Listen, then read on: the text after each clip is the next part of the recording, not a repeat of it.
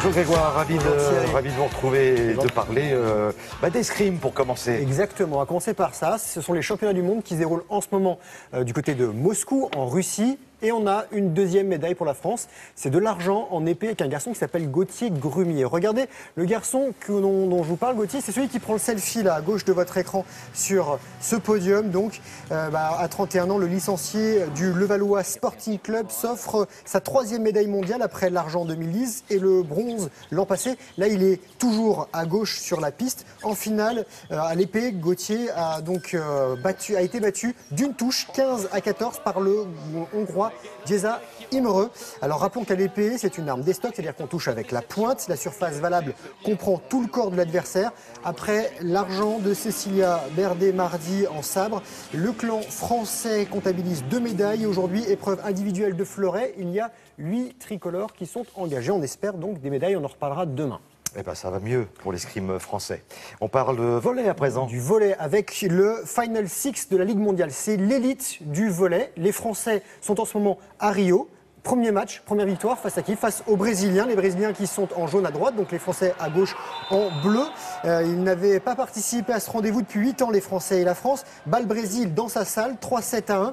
Les Brésiliens qui étaient deuxième de l'édition 2014 et qui avaient battu les Français lors du mondial l'an dernier. C'est la 15e victoire d'affilée pour les tricolores en Ligue mondiale.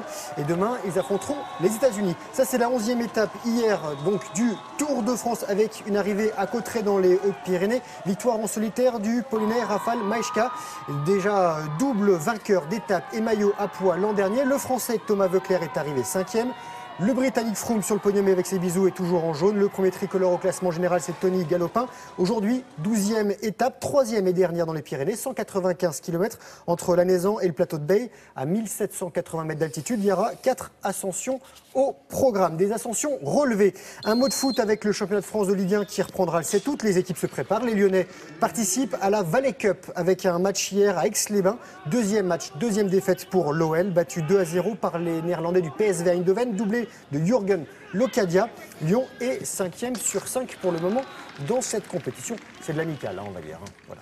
Et on termine avec de la voile. Avec le Tour de France à la voile, l'autre Tour de France au Sables-d'Olonne, où nous nous rendons tout de suite. C'était la dernière étape du côté de l'Atlantique, la 5e étape. Les bateaux, ce sont des Diam 24, trimarans de 7,25 m de long. À bord, 3 personnes pour les hommes, 4 pour les filles. 2 types de courses, des raids côtiers ou un parcours en stade nautique, course autour de bouées. Et hier, justement, régate en stade nautique et victoire de Combi-West skippé par Fred Guillemin, qui reste deuxième du général derrière Groupama et Franck Hamas.